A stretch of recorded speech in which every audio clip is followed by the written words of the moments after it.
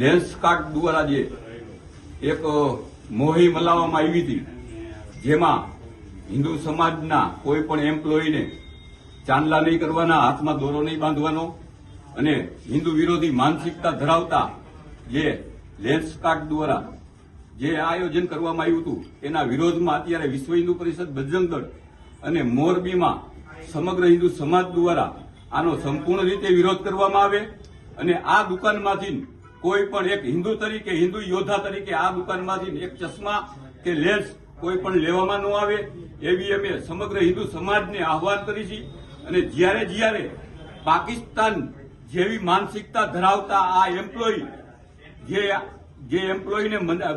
ના પાડવામાં આવી, તો હકીકતમાં તો આ લોકોને પાકિસ્તાન વ્યુ જવું જોઈએ. ભારતમાં આ લોકોને કોઈ અસ્તિત્વ અને સ્થાન દેવામાં આવે નહીં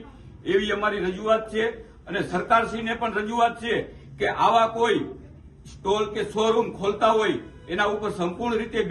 બેન્ડ લાગવામાં આવે અને આવા લોકોને આગળ કરવામાં ન આવે.